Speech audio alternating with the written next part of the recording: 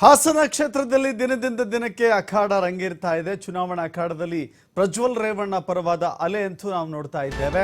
ಪ್ರತಿ ಹಳ್ಳಿಗಳಲ್ಲೂ ಕೂಡ ಪ್ರಜ್ವಲ್ ರೇವಣ್ಣ ಅವರ ಮೇನಿಯಾ ಸೃಷ್ಟಿಯಾಗ್ತಾ ಇದೆ. ಹೋದ ಕಡೆಯೆಲ್ಲ ಸಾವಿರಾರು ಜನ ಬರ್ತಾ ಇದ್ದಾರೆ. ಪ್ರಜ್ವಲ್ ರೇವಣ್ಣ ಅವರಿಗೆ ಬೆಂಬಲವನ್ನ ಸೂಚಿಸ್ತಾ ಇದ್ದಾರೆ. ದಿನೇ ದಿನೇ ವರ್ಚಸ್ಸನ್ನ ಹೆಚ್ಚಿಸಿಕೊಳ್ತಾ ಹೋಗ್ತಾ ಇದ್ದಾರೆ. ಅನೇಕರು ಬೇರೆ ಬೇರೆ ಪಕ್ಷಗಳನ್ನ ತೊರೆದು ಜೆಡಿಎಸ್ ಸೇರ್ಪಡೆ ಆಗ್ತಾ ಇದ್ದಾರೆ. ಇವತ್ತು ಕೂಡ ಮಾಜಿ ತಾಲೂಕು ಪಂಚಾಯಿತಿ ಅಧ್ಯಕ್ಷ ಜೆಡಿಎಸ್ ಸೇರ್ಪಡೆಯಾಗಿದ್ದಾರೆ. ಪ್ರಜ್ವಲ್ ರೇವಣ್ಣ ಅವರ ನೇತೃತ್ವದಲ್ಲಿ ಕಾಂಗ್ರೆಸ್ ಅನ್ನು ತೊರೆದು ಜೆಡಿಎಸ್ ಸೇರ್ಪಡೆಯಾಗಿದ್ದಾರೆ. ಸಾಲಗಾಮೆಯ ಕೆ ರಾಜು ಅವರು ಇವತ್ತು ಪಕ್ಷ ಸೇರ್ಪಡೆಯಾಗಿದ್ದಾರೆ. ಅದರ ಮೂಲಕ ಮತ್ತಷ್ಟು ಶಕ್ತಿಯನ್ನ ಗಳಿಸಿಕೊಂಡಂತಾಗಿದೆ. ಪ್ರಜ್ವಲ್ ರೇವಣ್ಣ ಅವರ ಪ್ರಚಾರವನ್ನು ನಾವು ನೋಡ್ತಾ ಇದ್ದೇವೆ.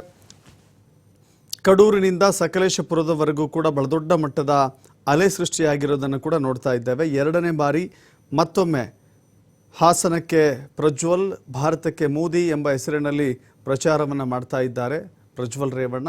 ಇವತ್ತು ಕೆ ರಾಜು ಅವರ ಸೇರ್ಪಡೆಯಿಂದಾಗಿ ಆ ಭಾಗದಲ್ಲಿ, ಸಾಲ್ಗಾಮೆ ಹೋಬಳಿಯ ಆ ಭಾಗದಲ್ಲಿ ಮತ್ತಷ್ಟು ನಂತಾಗಿದೆ.